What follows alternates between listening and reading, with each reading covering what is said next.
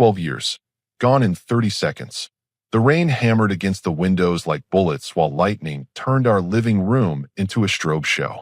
My wife stood there, finger pointed at the door, her face twisted into something I barely recognized. Get out. You're dead to us. Her daughter stood behind her, tears streaming down her face. Those tears looked genuine enough to fool anyone. Almost fooled me too, until I remembered the conversation I'd recorded 3 days earlier. I didn't argue, didn't beg, didn't raise my voice over the thunder that shook the house. I just grabbed my keys and wallet from the kitchen counter, pulled my jacket on, and walked toward the door. That's it, she screamed at my back. Nothing to say? I stopped, hand on the doorknob. Turned halfway. You made your choice. I hope it was worth it. Then I stepped out into the storm. The rain soaked through my jacket in seconds. Wind nearly ripped the car door off its hinges. I sat there in the driveway, water dripping from my hair, watching through the windshield as she slammed our front door hard enough to rattle the frame. 12 years of marriage.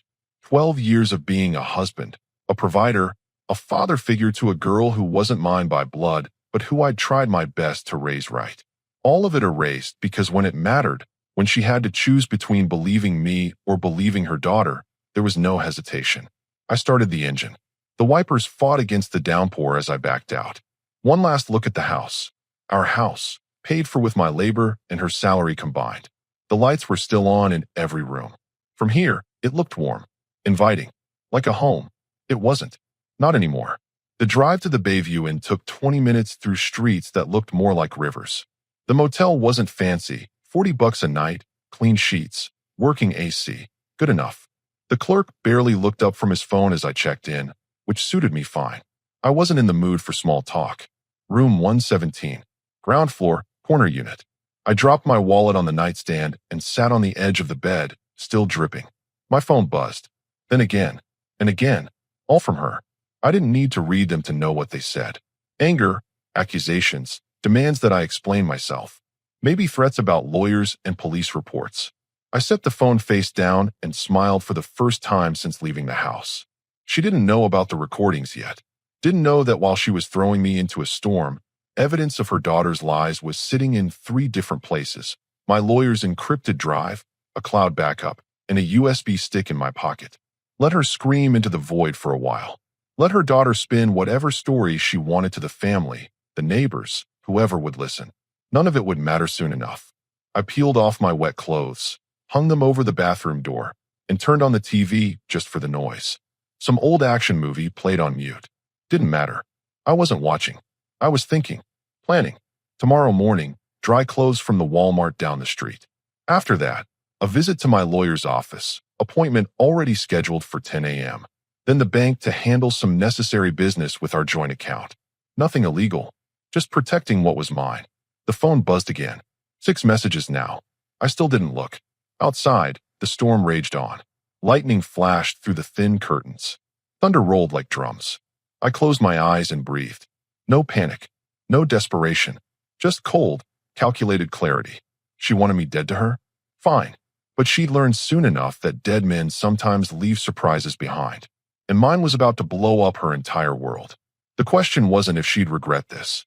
The question was how long it would take before she realized just how badly she'd miscalculated. I gave it 2 days. 3 at most. Turned out I was close. It only took 48 hours for the precinct to call her. I met Sandra 13 years ago at a community fundraiser for the local fire department. She was volunteering at the bake sale table, her daughter helping sort donations into boxes. The kid was 6 then, gap-toothed smile and pigtails. Sandra was recently divorced. Her ex had moved 2 states away and barely sent child support. She worked as an office manager at a dental practice, juggling a full-time job with single motherhood. I was a quality inspector at a manufacturing plant, steady work with decent pay and benefits. We started simple. Coffee dates. Weekend trips to the park with her daughter. I didn't rush anything. Didn't try to play instant dad. Just showed up consistently, treated them both with respect, and let things develop naturally. Year 1, we were dating seriously. Year 2, I moved into their apartment. Year 3, we got married at the courthouse. Nothing fancy, just immediate family and a nice dinner after. Her daughter was my junior bridesmaid, wearing a purple dress she'd picked out herself. Those first years were good, genuinely good. I taught the kid how to ride a bike without training wheels. Helped with homework every night at the kitchen table. Showed up to every school play, every soccer game, every parent-teacher conference. Her biological father rarely called, never visited. I became the consistent male presence in her life, whether she asked for it or not. Sandra appreciated it. Said multiple times I was the best thing that ever happened to them. We had our disagreements like any couple, but nothing we couldn't work through. Money was tight sometimes, but we managed. Built a life together, piece by piece. The shift started about 2 years ago when her daughter turned 16. Typical teenage rebellion at first. Arguing about curfews, pushing boundaries, testing limits. Normal stuff. I stayed firm but fair. Rules existed for a reason. Respect wasn't optional. Sandra started taking her side more often. She's just being a teenager. You're too strict. Let her have some freedom. I'd point out that freedom without responsibility was just chaos. That consequences taught better lessons than lectures. But every conversation ended the same way. Me as the bad guy, Sandra defending her daughter's behavior. The girl got smarter about it too. Started playing us against each other. Would ask her mom for something after I'd already said no. Would cry to Sandra about how I didn't understand her or was trying to control everything. I wasn't controlling. I was parenting. There's a difference. When she turned 18 last month, things escalated.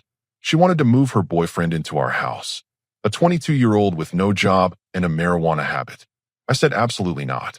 Sandra waffled. Said we should discuss it as a family. We discussed it. I laid out exactly why it wasn't happening. The boyfriend didn't come around our house anymore after that, but the damage was done. The girl looked at me with pure hatred from then on. 3 weeks ago, I noticed her behavior changing. Conversations would stop when I entered rooms. She'd whisper to friends on the phone, then hang up quickly if I walked by. Sandra seemed oblivious, but I've been around long enough to recognize when someone's planning something. So I set up a voice-activated recorder in the living room. Nothing in bedrooms or bathrooms. I'm not a creep. Just common areas where anyone could reasonably expect to be overheard. Completely legal since I lived there too. 2 days later, I got my answer. She was on the couch with a friend, thought the house was empty because my car was in the shop and I'd walked to the hardware store. Her voice came through crystal clear on the playback. I'm done with him telling me what to do. My mom will believe whatever I tell her. He'll be gone by next week. Her friend asked what she meant. The girl laughed. You'll see. Once I say what I'm going to say, he won't be able to stay. Mom will kick him out herself. I saved that file. Made 3 copies. Then I waited. For days later, she made her move. Accused me of something vile enough to destroy any man's life. No witnesses, no evidence, just her word against mine. And Sandra chose her. Now I'm sitting in this motel room, watching my phone light up with message after message. The irony isn't lost on me. 12 years of being there, of providing, of caring, erased by a lie that took 30 seconds to tell. But unlike Sandra, I didn't make my choice based on emotion. I made it based on evidence. Tomorrow, she'd start learning the difference between truth and tears. Tomorrow, everything changes. The accusation came on a Tuesday night. I'd just gotten home from work, still in my uniform from the plant. Sandra and her daughter were already in the living room, sitting close together on the couch. The setup was obvious. They'd been waiting for me. Sandra's face was stone. Her daughter's eyes were red. Makeup smeared like she'd been crying for hours. An Oscar-worthy performance. We need to talk, Sandra said. No warmth in her voice. Just ice. I set my lunchbox down. About what? That's when her daughter dropped it. Said I'd cornered her in the hallway 3 nights ago when Sandra was working late. Said I'd touched her. Said things that made my stomach turn just hearing them come out of her mouth. Lies. Every single word. But she sold it with enough specific details to make it sound convincing. Mentioned what I'd supposedly been wearing, what time it supposedly happened, even threw in some dialogue that sounded plausible enough. I stood there, watching her perform, and kept my voice level. That didn't happen. Yes, it did. She jumped up from the couch, pointing at me. Fresh tears spilled down her cheeks. You think I'd make this up? I think you'd do anything to get me out of this house. You said as much to Olivia 4 days ago. Her face flickered, just for a second. That's how I knew she remembered the conversation. Sandra stood up too. What are you talking about? Ask your daughter what she told her friend when she thought nobody was listening. Ask her about her plan to get rid of me. The girl recovered fast. He's lying. He's trying to twist this around because he knows what he did. Sandra turned to me. I'd never seen her look at me like that before. Like I was something disgusting she'd found on the bottom of her shoe. Is this true? Did you touch my daughter? No, I've never. She's 18 years old. You've been around her since she was 6. And in all those years, I've treated her with nothing but respect, which is more than I can say for how she's treated this family. Wrong thing to say. Sandra's expression went from anger to fury. Get out. Sandra, listen. Get out. You don't get to stand there and victim blame my daughter. You're disgusting. Her daughter had stopped crying. She stood there with her arms crossed, watching me with something close to satisfaction in her eyes. That's when I knew for certain. This wasn't about trauma. This was about control, about winning, about removing the one person in her life who'd ever held her accountable. I could have screamed, could have demanded proof, could have begged Sandra to think rationally. Instead, I walked to the closet, pulled on my jacket, and grabbed my keys. Sandra followed me to the door. If you ever come near her again, I won't be coming near either of you, I said. But you should know something. When you realize you made a mistake, and you will, don't bother calling. Some choices can't be undone. The only mistake I made was trusting you around my daughter. The storm was already starting outside. Thunder rolled in the distance. Rain began to spatter against the driveway. Get out. You're dead to us. I left, but not before I'd done something earlier that week that Sandra didn't know about yet. See, after I'd heard that recording of her daughter planning to set me up, I'd installed 2 more voice-activated devices. One in the kitchen, one in the living room corner behind a plant. Both had been running continuously for 72 hours before this confrontation. Both had captured something fascinating. The daughter practicing her story with Olivia, rehearsing the details, laughing about how easy it would be to convince her mom. I had it all. Time-stamped, dated, saved in 3 separate locations. The storm could rage all it wanted. Let Sandra think she'd won.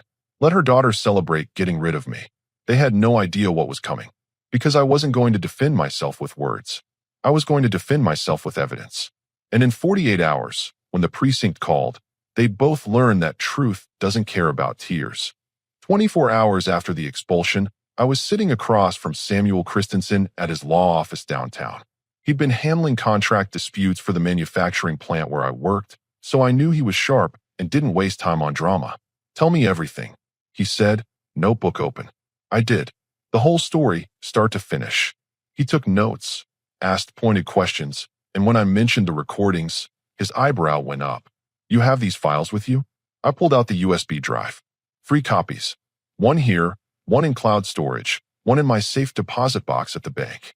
He plugged it in and listened.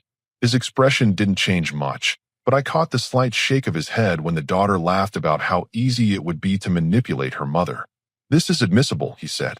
Single-party consent state. You were legally present in your own home. She had no reasonable expectation of privacy in common areas. That's what I thought. Here's what we're going to do. He closed his laptop. File for divorce immediately. Document everything. The false accusation, the expulsion, all of it. I'll draft a letter to your wife's attorney, once she hires one, outlining that we have evidence of defamation and that any further spreading of these allegations will result in legal action. What about criminal charges against the daughter? Christensen leaned back in his chair. That's your call. Technically, filing a false report is a crime. But she's young, and juries can be unpredictable. Sometimes the smarter play is letting the civil consequences do the work. Civil consequences? Divorce heavily in your favor. Potential defamation suit if she keeps talking. And the social fallout when people hear these recordings. He tapped the USB drive. Truth has a way of spreading faster than lies once it gets out. I left his office at 11 and drove straight to Pacific Bank. The joint account Sandra and I shared had about $14,000 in it. $7,000 was from my paychecks over the last few months. I withdrew exactly $7,000 and opened a new individual account. Legal, fair, and absolutely going to make her furious. By noon, my phone had exploded.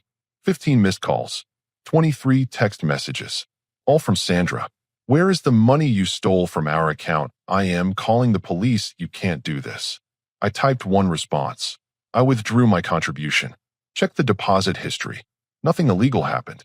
Talk to your lawyer if you have questions. Then I muted her number. The rest of the day, I focused on practicalities. Bought a week's worth of clothes at a discount store. Found a furnished studio apartment available for short-term rent. Month to month. Utilities included, $700 a month. Not ideal, but it would work while the divorce processed. My phone kept lighting up with notifications. Not just Sandra now. Her sister. Her mother. Even a few mutual friends who'd apparently heard the story. Most of the messages were hostile. Angry. Demanding I explain myself. I replied to exactly 3 people. My brother, my best friend from high school, and my supervisor at work. Same message to all of them. I've been falsely accused. The truth will come out. Until then, I'd appreciate your patience. My brother called immediately. What the hell happened? I gave him the short version. He swore under his breath. You need anything? Not yet, but I'll let you know. That night, back at the motel, I organized everything into a timeline document. Dates, times, recordings, text message screenshots.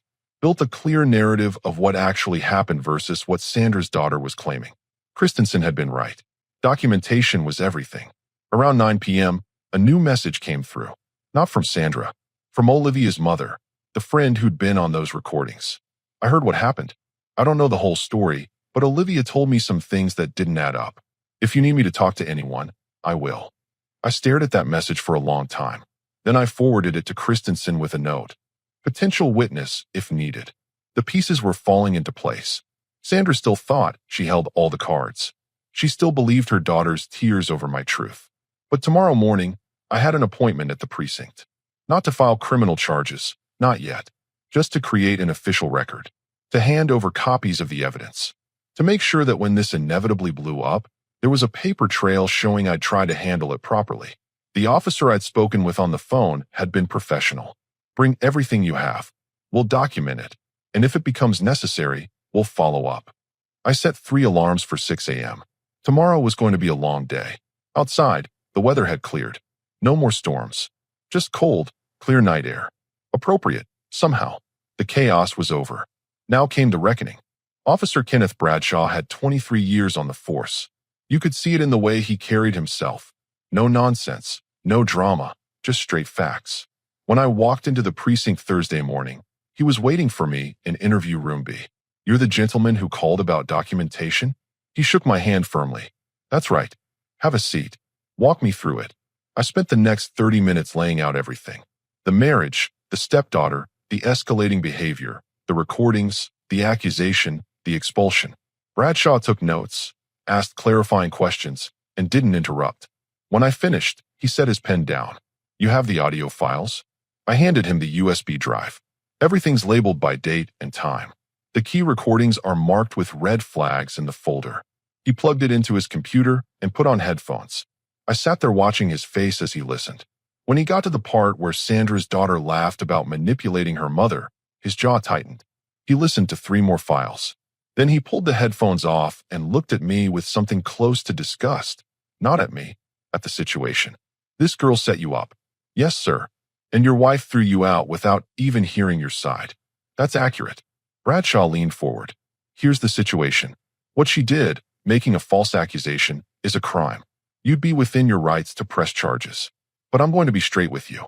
She's 18, no priors, and she'd probably get a slap on the wrist. Community service, maybe probation. I figured. However, he tapped the USB drive. This is documented evidence of defamation and conspiracy to commit fraud. If she's been spreading this story around, you've got a civil case that could bury her. And more importantly, you've got proof that protects you from any blowback. What do you recommend? He thought for a minute. I'm going to make this official. File a report on your behalf documenting the false accusation and the evidence you've provided. Then I'm going to call your wife and ask her to come down here with her daughter. Not as suspects yet, just to clarify some details about the situation. You think she'll come? Oh, she'll come. Because right now, she thinks she's on the right side of this. She thinks her daughter's the victim. He gave me a hard look. When she hears these recordings, that's going to change fast. 2 hours later, I was sitting in the precinct parking lot in my truck when Sandra's SUV pulled in. She got out first, moving with purpose, anger still visible in every step. Her daughter climbed out of the passenger side, looking nervous now. Good. She should be. They disappeared into the building. I waited. 40 minutes passed. Then 50. My phone rang. Christensen. The precinct just called me, he said. Officer Bradshaw wanted to confirm I was representing you. He said to tell you it's done. What's done? They played the recordings. I'm guessing your wife is having a rough afternoon. That was an understatement. 20 minutes later, Sandra burst out of the precinct doors. Her face was blotchy, eyes red. Her daughter followed, head down, arms wrapped around herself. They didn't speak to each other, just got in the SUV and drove off. My phone rang within seconds. Sandra, I let it go to voicemail. It rang again, and again, and again. By the time I got back to my apartment that evening, I had 37 missed calls and a voicemail box that was full. I deleted all of them without listening. At 8 p.m., someone knocked on my door. I checked the peephole. Sandra, standing there alone, looking like she hadn't slept in days. I didn't open it. She knocked again. Please, I know you're in there. I just want to talk. There's nothing to talk about, I said through the door. I made a mistake. I know that now. Please, just let me explain. You threw me out into a storm because your daughter lied, and you didn't even ask me one question. There's nothing to explain. Her voice cracked. She's my daughter. I thought I was protecting her, and I was your husband for 12 years. But when it mattered, you chose to believe 30 seconds of lies over 12 years of loyalty. That tells me everything I need to know. Silence. Then, the officer said you could press charges against her. Are you going to? I thought about it. Thought about the girl who used to ask me to help with her science projects, who I taught to drive, who'd called me dad exactly once when she was 9 years old, then never again. I haven't decided yet, I said. But you should know that Christensen's filing divorce papers tomorrow. If you want to make this easy, sign them when they arrive. If you want to make this hard, we can do that too. I don't want a divorce. We can fix this. There's nothing to fix. You burned it all down. Now you get to stand in the ashes. I heard her crying on the other side of the door. Part of me, a small part, felt something. But it wasn't enough to open that door. It wasn't enough to forgive 12 years of trust destroyed in one night.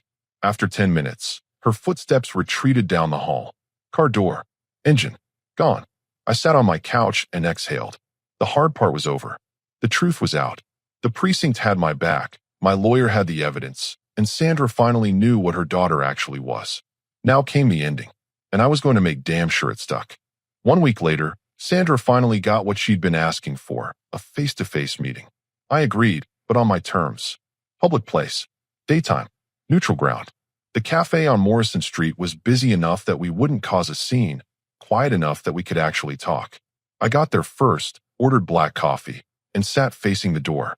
She walked in at exactly 2 p.m. The change was startling. Hair pulled back in a messy ponytail, no makeup, dark circles under her eyes that foundation couldn't have hidden anyway. She'd lost weight. Not the good kind. She sat down across from me without ordering anything. Thank you for meeting me, she said. I nodded. Didn't speak. Let her go first. I've been trying to figure out what to say for days. Her hands were shaking. I'm sorry doesn't even begin to cover it. I destroyed everything we built because I didn't stop to think. I didn't question. I just reacted. You chose, I said. There's a difference between reacting and choosing. You chose to believe her over me. She's my daughter. And I was your husband. For 12 years, I showed up. Every single day, I provided. I protected. I tried to be a good father to a child who wasn't mine. And when she lied about me, not even a good lie, Sandra, one that fell apart under the smallest scrutiny, you threw me into a storm without asking a single question. Her eyes filled with tears. I know I did. And I hate myself for it. But we can fix this. We can go to counseling. We can. Stop. I held up a hand. You're still not hearing me. There is no we anymore. You killed that when you told me I was dead to you. You want to know what hurts most? Not the accusation. Not even getting kicked out of my own house. It's that after 12 years, you knew so little about who I actually and that you believed I could do something like that. She was crying. She was scared. What was I supposed to think? You were supposed to think my husband of 12 years has never given me any reason to believe he'd hurt anyone. You were supposed to give me the benefit of the doubt. You were supposed to ask questions before destroying our lives. She wiped her eyes. You're right. You're completely right. But please, give me a chance to make this right. Let me prove I can be better. I pulled the envelope from my jacket pocket and slid it across the table. These are divorce papers. Christensen sent copies to your address, but you haven't signed them yet. So here they are again. She stared at the envelope like it might bite her. I don't want a divorce. I don't care what you want anymore. You made your choice. Now I'm making mine. What about forgiveness? What about second chances? You want to talk about second chances? I leaned forward. How many chances did I give your daughter? How many times did I bite my tongue when she disrespected you? How many boundaries did she cross before I finally put my foot down? I gave her a dozen second chances. You gave me 0. That's not fair. Fair. I kept my voice level, but let the edge show through. You want to talk about fair? Let me tell you what's fair. What's fair is that I could have pressed criminal charges against your daughter. Officer Bradshaw practically encouraged it. But I didn't. You know why? Because despite everything, I'm not interested in destroying an 18-year-old kid's life, even one who tried to destroy mine. Sandra's hands covered her face. What do you want from me? Sign the papers. Walk away. And maybe, learn something from this before you ruin the next person's life. There won't be a next person. That's not my problem. She looked at me then, really looked at me, and I saw the moment it hit her. This wasn't negotiable. There was no argument she could make, no amount of tears that would change what was about to happen. She pulled the papers from the envelope. Her hands shook as she signed each page. When she finished, she slid them back across the table. What happens now? She asked. You move on. I move on. We never speak again. And her? Your stepdaughter? She's not my stepdaughter anymore. She's your problem now. Good luck with that. Sandra stood up. For what it's worth, she confessed. Told me everything.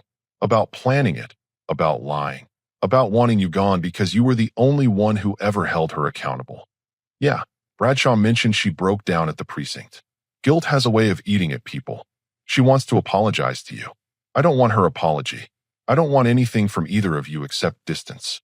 Sandra nodded slowly. I hope someday you can forgive me. I already have, I said. Forgiving you doesn't mean I'm taking you back. It means I'm not letting what you did poison the rest of my life. There's a difference. She walked out without another word. I watched her go, then finished my coffee. The signed papers sat on the table in front of me. Christensen would be pleased. 3 months later, I'm sitting in my apartment. A better one now, 1 bedroom, decent neighborhood. Drinking my morning coffee and not thinking about Sandra or her daughter at all. I heard through mutual friends that their relationship imploded. Turns out when you base everything on manipulation and lies, the foundation eventually cracks. I don't take pleasure in that. Mostly, I just don't care. My life's quieter now. Simpler. I work, I come home. I do what I want without walking into emotional landmines every evening. My brother checks in weekly. A few friends stuck around once they heard the full story. I'm not rich. Didn't get promoted. Didn't have some Hollywood ending where everything magically improved. But I'm free. And I sleep well at night knowing that when it mattered most, I handled it with dignity instead of desperation. 12 years protecting people who saw me as disposable. Now I protect only myself. And that's the best decision I ever made.